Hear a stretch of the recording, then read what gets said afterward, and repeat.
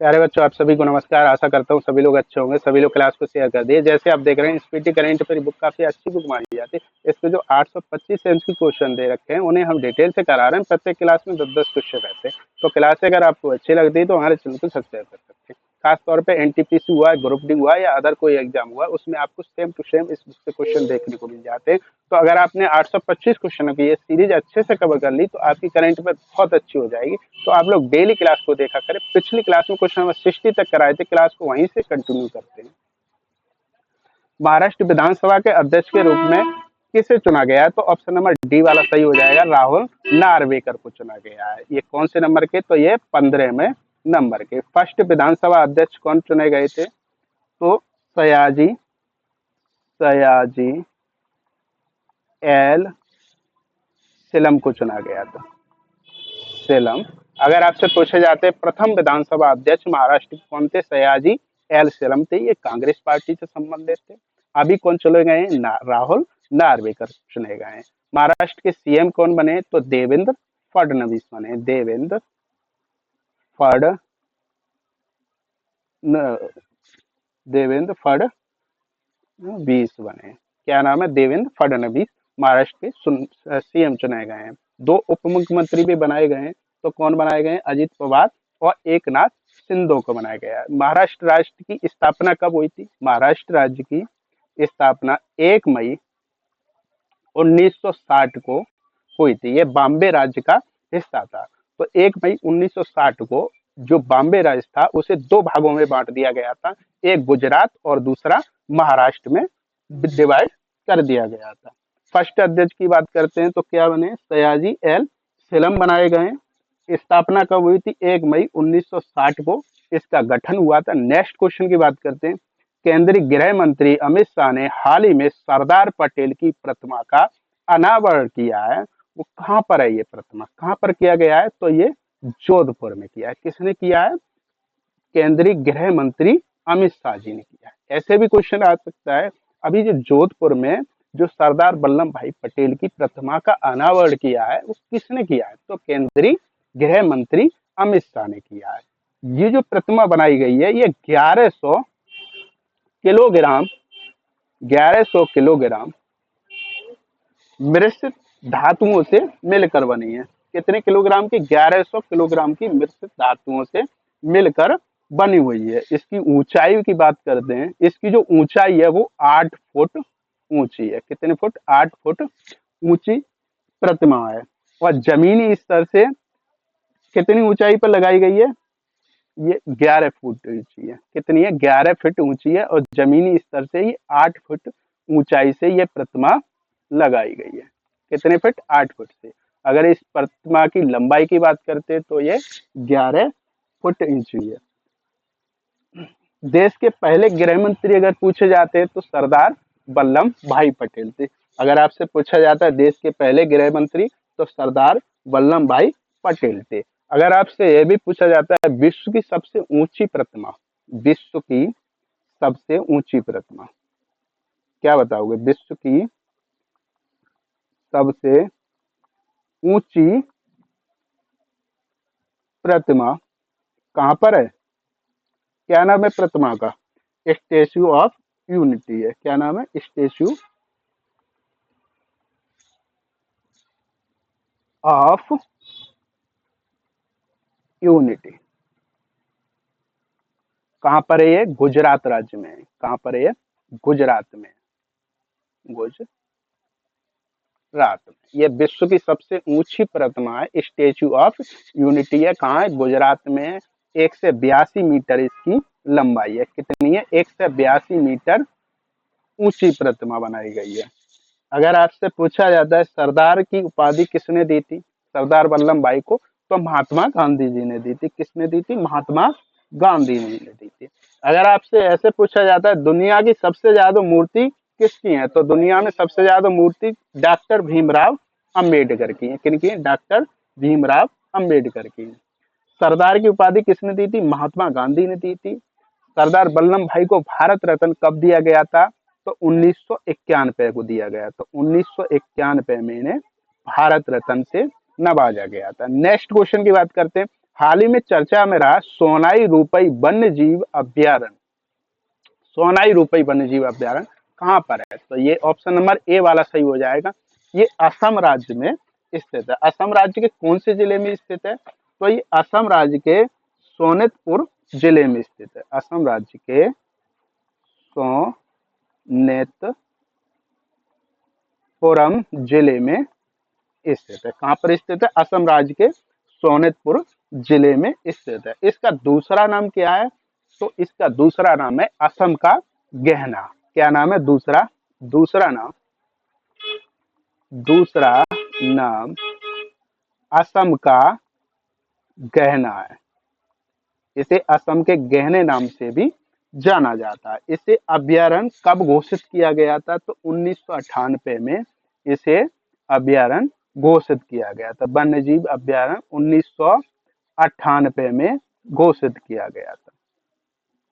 1998 में ये जो अभ्यारण्य, इसमें जीव जंतु जो पाए जाते हैं, तेंदुआ पाया जाता है, जंगली कुत्ते पाए जाते हैं, साथ में रॉयल बंगाल टाइगर पाए जाते हैं एवं एशियाई हाथी और जो शाकाहारी जानवर हैं वो भी इसमें काफी ज्यादा पाए जाते हैं। नेक्स्ट क्वेश्चन की बात करते हैं। भारत की एशियाई प्रशांत 2024 के लिए ईसा गुड प्रैक्टिस अवार्ड किस कार्ड से दिया गया है? तो ऑप्शन नंबर बी वाला सही हो जाएगा।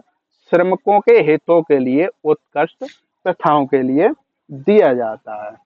जो अंतर्राष्ट्रीय सामाजिक सुरक्षा संघ है, इंटरनेशनल सोशल सिक्योरिटी एसोसिएशन, इसकी फुल फॉर्म होती है, हिंदी में से बोलते हैं अंतर्राष्ट्रीय सामाजिक सुरक्षा संघ। इसकी जो स्थापना कब हुई थी? तो स्थापना 1927 में हुई थी। कब हुई थी? 1927 में हुई थी। हेडक्वार्टर कहाँ पर है? तो अंतर्राष्ट्रीय, इधर लिख देते हैं हेडक्वार्टर, अंतर्राष्ट्रीय श्रम संगठन, श्रम संगठन जिनेवा,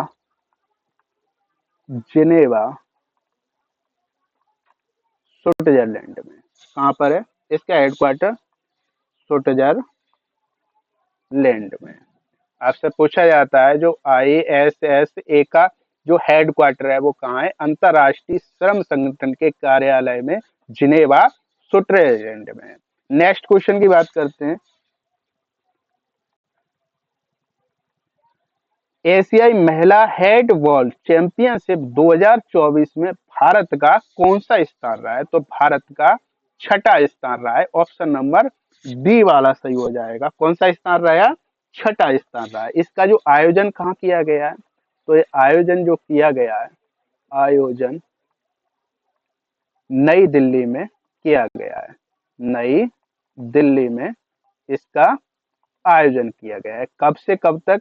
तो ये 3 दिसंबर से इसका आयोजन किया गया। 3 दिसंबर 2024 से 10 दिसंबर तक इसका आयोजन किया गया है। एशियाई महिला हैंडबॉल चैंपियनशिप है, ये कौन से नंबर की है?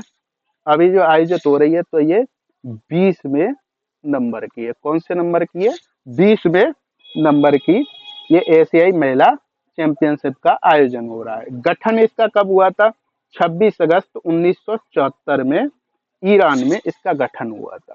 गठन आपसे पूछा जाता है तो 26 अगस्त 1974 को इसका ईरान में गठन हुआ था। ईरान में गठन हुआ था। हेडक्वार्टर इसका कहाँ पे है? कुवैत में। Headquarter Kuwait. इसका आयोजन हर 2 साल बाद होता है। कितने साल बाद? इसका जो आयोजन होता है हर 2 साल बाद होता है। कितने दिनों बाद होता है? हर 2 साल बाद होता है। अभी जो टीमों ने भाग लिया है, 8 देशों की टीमों ने भाग लिया है। 8 देशों की टीमों ने भाग लिया है। कितने देशों की टीमों ने? 8 देशों की। इसमें सदस्य देश कितने हैं?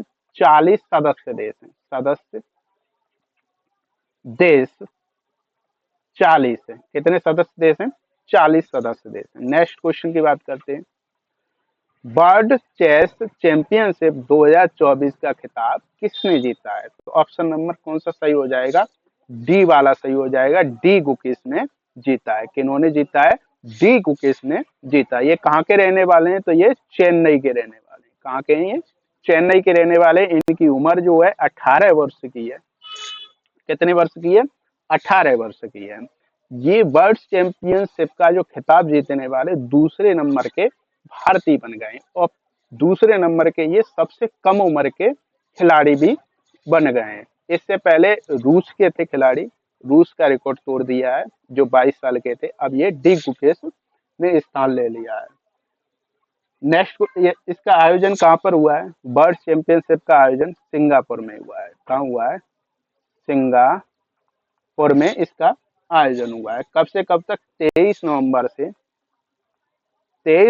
से 12 दिसंबर तक इसका आयोजन हुआ है। इन्होंने किनको हराया है? तो ये चीन के डिंग लेरेन को हराया है। चीन के डिंग लेरेन को हराया है। किनको हटाया है? चीन के डिंग लेरेन को। डी गुकेश से पहले विश्वनाथ आनंद ने ये खिताब जीता था। यानी डी गुकेश से पहले भारत के जो खिलाड़ी थे विश्वनाथ, इन्होंने खिताब जीता था। विश्वनाथ आनंद ने कब तक जीता था? विश्वनाथ आनंद ने वर्ल्ड चेस चैंपियनशिप का अवार्ड 2007 में जीता था, 8 में जीता था, 10 में जीता था, उसके बाद 12 में जीता था। अब किसने जीता है? डी गुकेश ने जीता है। ये सबसे कम उम्र के खिलाड़ी बने। कौन बने? डी गुकेश। नेक्स्ट क्वेश्चन की बात करते हैं। हाल ही में रक्षा मंत्री ने किस कंपनी के साथ K9 बज टी स्वचालित ट्रेड तोप खाने के लिए समझौता किया है? तो ऑप्शन नंबर ए वाला सही हो जाएगा। नेक्स्ट क्वेश्चन की बात करते हैं। किस प्रसिद्ध भारतीय इकोलॉजिस्ट को UNEP championship of the Earth award मिला है? तो किसको मिला है? Madhav Gadgil. Option number B वाला सही हो जाएगा। ये जो championship of the Earth award है ये कौन देता है? तो यूएनईपी संस्था देती है। कौन सी संस्था? यूएनईपी संस्था। यूएनईपी की फुल फॉर्म क्या होती है? यूनाइटेड नेशन एनवायरमेंट प्रोग्राम होती है। क्या होती है? यूनाइटेड नेशन एनवायरमेंट प्रोग्राम इसकी फुल फॉर्म होती है। अगर आपसे पूछा जाता है champion of the Earth award कौन सी संस्था देती है? तो यूएनईपी देती है। यूएनईपी की बात करते हैं तो इसकी हिंदी में क्या बोलते हैं? संयुक्त राष्ट्र पर्यावरण कार्यक्रम। क्या बोलते हैं? संयुक्त राष्ट्र पर्यावरण कार्यक्रम। इसका जो हेडक्वार्टर कहाँ पे है? तो हेडक्वार्टर है नैरोबी, नैरोबी केन्या में इसका हेडक्वार्टर। कहाँ पे है? नैरोबी केन्या में इसका हेडक्वार्टर है। 193 सदस्य देश हैं। कितने सदस्य देश हैं? 193 सदस्य देश हैं। स्थापना कब हुई थी? तो 1972 में स्थापना हुई थी। स्थापना 1972 में हुई थी। कब हुई थी? 1972 में हुई थी। इसकी बात करते हैं। Champion of the Earth award की शुरुआत कब की गई थी? तो 2005 से ये प्रत्येक साल दिया जाता है। 2005 से दिया जाता है, दिया जाता है। नेक्स्ट क्वेश्चन की बात करते हैं। किस देश के पुरुष क्रिकेटर हारिस रऊफ को नवंबर 2024 के ICC player of the month से सम्मानित किया गया है? तो ऑप्शन नंबर डी वाला सही हो जाएगा। पाकिस्तान। कब के लिए? नवंबर 2024 के लिए ICC player of the month से सम्मानित किया गया है। किनको सम्मानित किया है? हारिस रऊफ को सम्मानित किया गया है। नेक्स्ट क्वेश्चन की बात करते हैं। कौन व्यक्ति हाल ही में शक्तिकांत दास के स्थान पे आरबीआई के 26वें गवर्नर बने हैं? तो कौन से हैं? Sanjay Malhotra. Option number B वाला सही हो जाएगा। किनका स्थान लिया है? शक्तिकांत दास का स्थान लिया है। किनका स्थान लिया है? शक्तिकांत दास का स्थान लिया है। कौन से नंबर के बने हैं? तो 26वें नंबर के। आरबीआई की फुल फॉर्म क्या होती है? रिजर्व बैंक ऑफ इंडिया होती है। हेडक्वार्टर कहाँ पर है? तो मुंबई में इसका हेडक्वार्टर है। कहाँ पर हेडक्वार्टर है? मुंबई में हेडक्वार्टर है। अच्छा, आपसे सबसे बड़ी बैंक पूछी जाती है तो कौन सी बैंक है? तो एसबीआई बैंक है। सबसे छोटी बैंक कौन सी है? धनलक्ष्मी बैंक है। ये भी आपको ध्यान रखना है। ये जो 26 नंबर के बने हैं तो ये 1990 में राजस्थान कैडर के आईएएस अधिकारी थे। कौन से? 1990 में संजय मल्होत्रा राजस्थान कैडर के आईएएस अधिकारी थे। इन्होंने शपथ कब ली है? तो शपथ ली है 11 दिसंबर 2024 को ली है। कब शपथ ली है? 11 दिसंबर 2024 को इन्होंने शपथ ली है। इनका 3 साल के लिए कार्यकाल रहेगा। 3 साल के लिए कार्यकाल रहेगा। कार्यकाल कितना है इनका? 3 साल का है। आरबीआई में एक गवर्नर होता है, 4 डिप्टी गवर्नर होते हैं। कितने गवर्नर होते हैं? 4 डिप्टी गवर्नर होते हैं। आज की क्लास को हम यहीं पे ऑफ करते हैं। अगर क्लासें आपको अच्छी लगती हैं तो हमारे चैनल को सब्सक्राइब करें। और आप लोग सब्सक्राइब और शेयर वगैरह बहुत कम करते हो, तो आप लोग शेयर वगैरह कर दिया करें। चलिए क्लास को ऑफ करते हैं। थैंक यू, धन्यवाद।